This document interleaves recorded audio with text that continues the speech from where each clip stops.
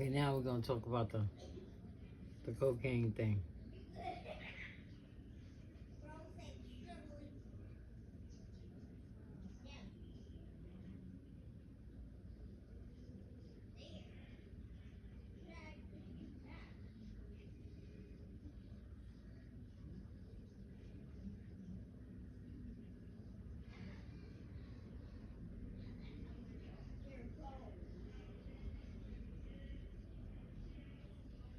Okay, so alright, so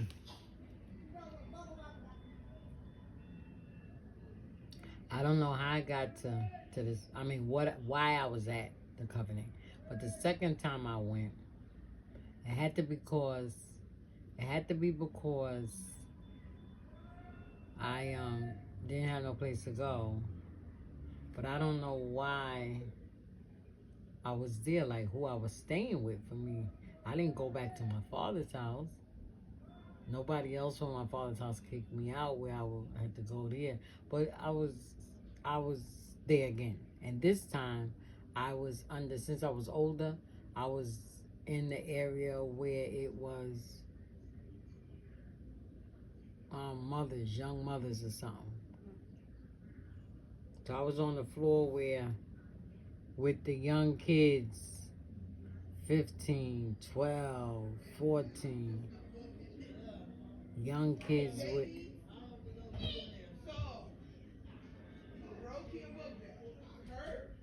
the young kids, the young kids with babies.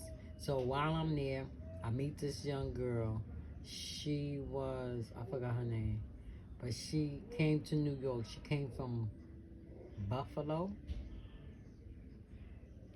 And she came from, yeah, she came from Buffalo to New York to make it as a model. And I got to tell you, this girl, she looked at like Brooke Shields. She was tall like Brooke Shields. She had them long legs, and she would put on jeans. She could do a commercial. When she walked in the room, you paid attention to her. She did modeling already, where she came from, but she came to New York to pursue it. I don't think she had a portfolio yet, but I think she did. And she came over, I guess she went, it didn't work, and she didn't have no money and all this stuff, so she wound up in Covenant House. But in Covenant House, what they do is that you stay there for a certain period of time, and then when it's time for you to go, they let you stay there because they get the money, but you stay in it. But when that time is up, then you gotta go. And they gonna contact. They don't just kick you out. That's their policy. They can't kick you out. They can't let you leave unless you got someplace to go. Now, if you're not abiding by their rules and doing what they say, because while you in there, they have groups to go by. They give you coffee for you to go find your own apartment. They give you coffee for you to find a job. And if you are pursuing the things that they wanted you to do, then you get to stay longer. But if you just procrastinate, you just wasting time and using their money and ain't doing nothing with it. They put, when your time is up, if it's 3 months, 6 months, whatever, when your time is up, they put you on the street. They don't care where you go. You come back. If you come back too many times, they ain't gonna let you come back, because they already know they already know what you're doing. They already know your game. So this girl came, and so they was releasing her, sending her back to her home.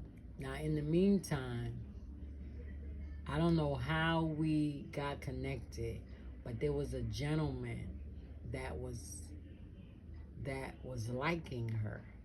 And because me and her became friends, he became friends with me. And he started hanging out with us because he liked it, her. So he would talk to me and he would tell me, you know, how he felt about her, and he would want me to, try to hook them up. And every time I would tell her, I'd be like, Bob, like, he had a name like that. Bob like you. And she'd be like, please, get out of here. You go out with him. Y'all make a nice couple. He said, but nah, man, I don't want that type of guy. I'm looking for me a model, man. She had high journey. She said, plus he from Buffalo. He from Boston. I don't want no Boston, man. I don't want no Western, man. I want me a city, man. I mean, she had really high hope. And I was in there telling her, no, you don't. All I can do is think about my uncle. No, you don't. You don't want no city, man, over here. So anyway, forewarning and making a long story short, but telling all the right details. Instead of us going looking for places, because I knew my grandma was coming home, so I knew the routine. I just stayed here for 3 months, and at the end of the 3 months, I go on back home. That's what I think happened. When she would leave, it would be like she's sending me. I think she would send me to whoever house, and I wouldn't go. I would go to Covenant House. Excuse me, because once you get a certain age, you can sign yourself in. So let's see. So now this guy, and it would just be me, him, and her, right? We would go from 140, from 11th Street and 43rd, right? We were 42nd. We would walk all the way down to Columbus Circle. So that's like 59th or something street. No, it can't be 59 because that's 42nd Street. But it was a long walk. We would walk from 11th Street to Central Park. It was a long walk, I tell you. And it was hot and stuff like that. See, I was good then. I could take heat. There was no problem. And so she would get me, because a lot of times I would stay. She would go every day, and she would come back high.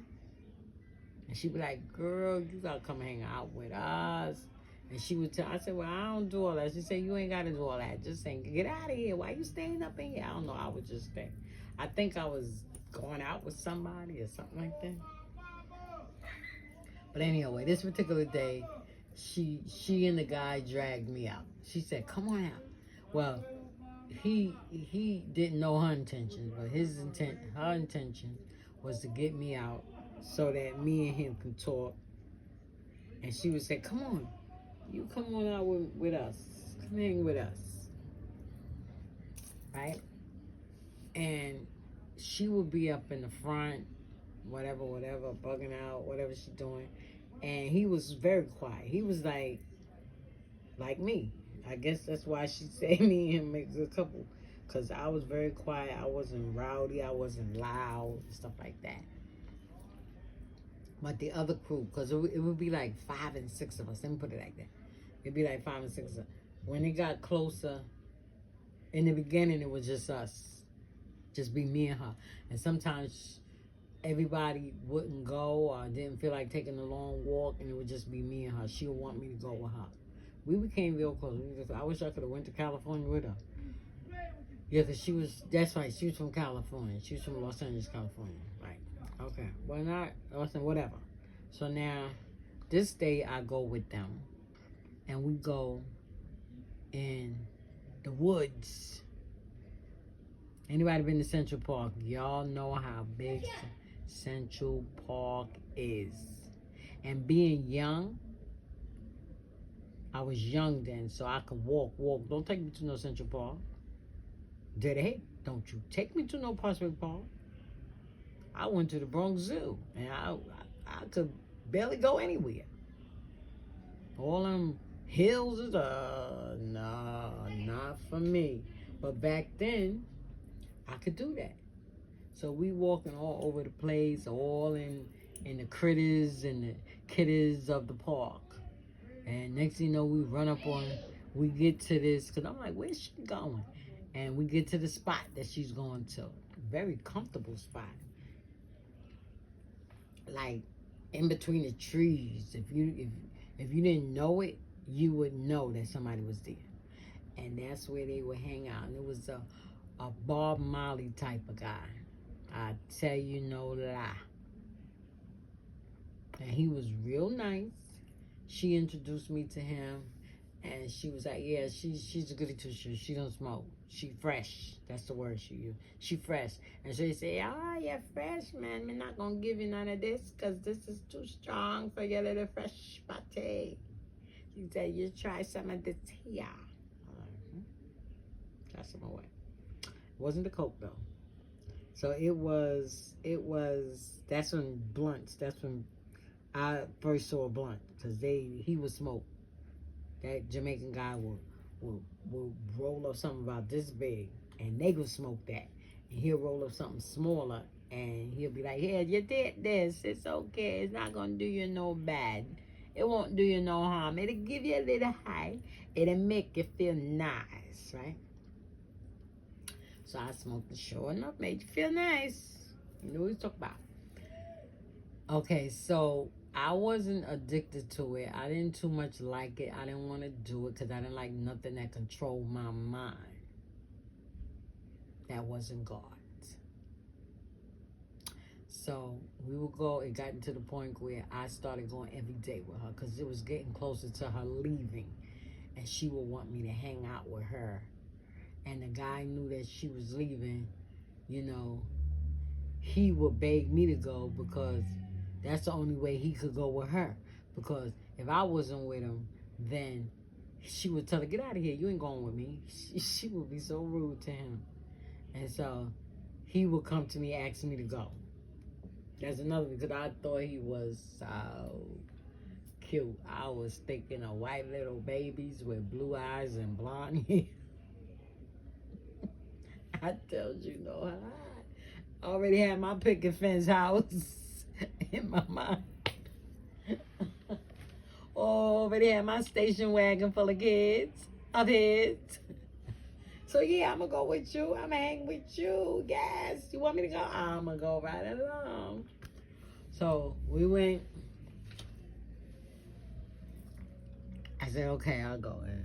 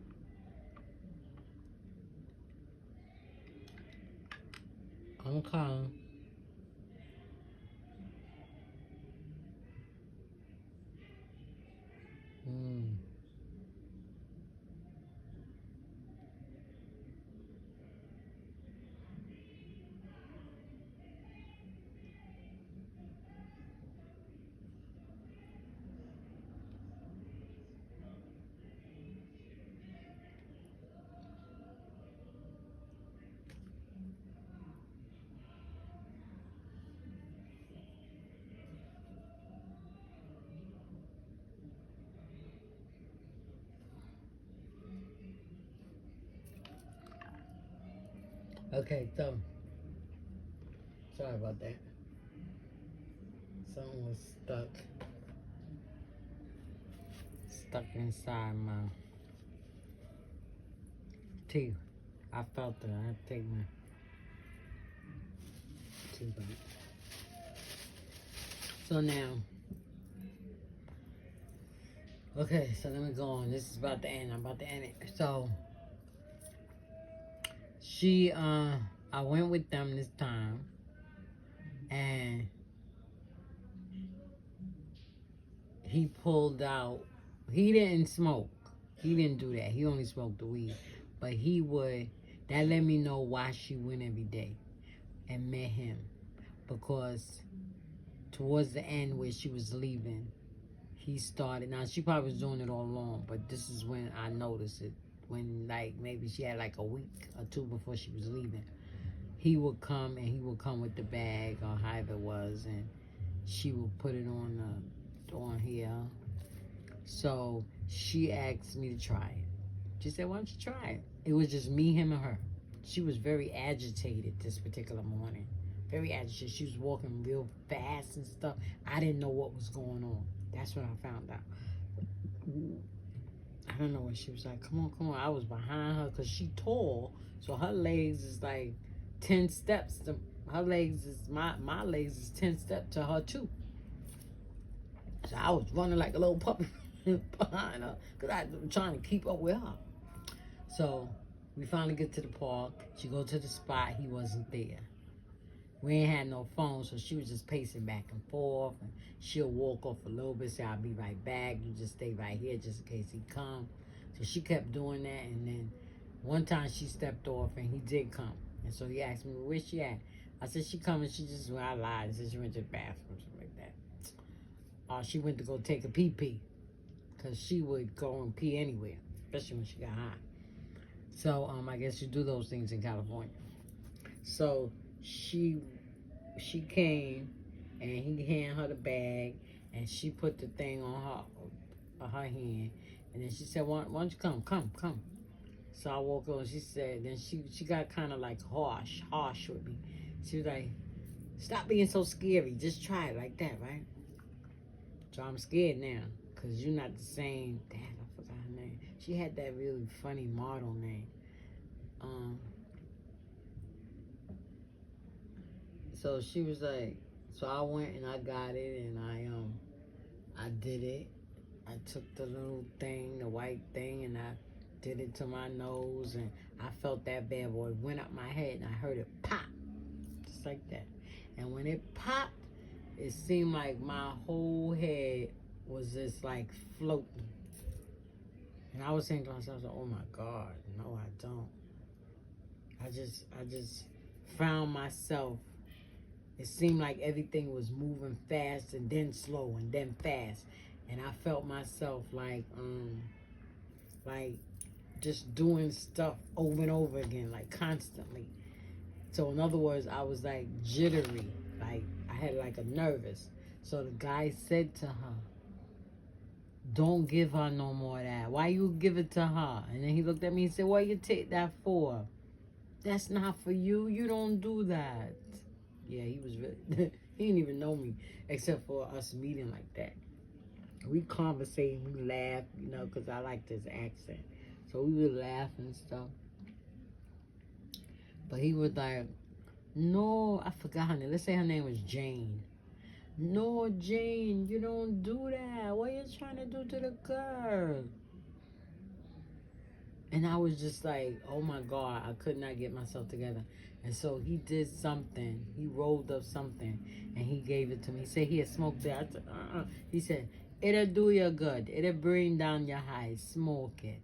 He said, "Not completely, but a little bit where you get control over yourself." So I went and I did a little. He said, just a little puffs to do. So I did the puffs. And I felt that type of high coming down, and the other high was taking over. And that other high was a more relaxing type of high. And it took me through the day. But when it weared off, I was a mess. I was a mess. Do you hear what I'm telling you? I was in my room. I couldn't sleep. I couldn't eat. I couldn't do nothing. And she was on it, and she was asleep. When I went to her room, she was knocked out. The guy was talking to me, and I was in another world, and he was like, "Sharon, you all right?" And I was like, "Yeah." He said, "What did you have?" I was like, "I don't know." He was like, "What did Jane give you?" I said, "She had me do that stuff that she put on the back of her hand." He said, "No." He grabbed my hand. He said, "No." Actually, in all honesty, he was starting to like me. And he looked so good that day. Okay, that's the story. So we're going to leave that alone. We didn't do nothing. The only thing we did was kiss, but we didn't do nothing. But that's another story. So that's the story. That was my cocaine experience. And I didn't like it. And I never did it again because I didn't like how it did my nerves. So I guess cocaine messed with the nerves. And that's why I guess people be moving so much, and that's why it's crack cocaine. That's why I guess that's why the crack people, they can't sit still. They gotta always be moving, always be cleaning, because it messes with the nervous system. And that's just my words, because that's what happened to me. I could not still. My hands, I was trying to, I would pick up the pillow, I put the pillow down, pick it back up. I'll sit down, get up, walk around. Child, it was a mess. But that was the deal, so that is my story, and I'm going to end it here. And if you like this kind of stories,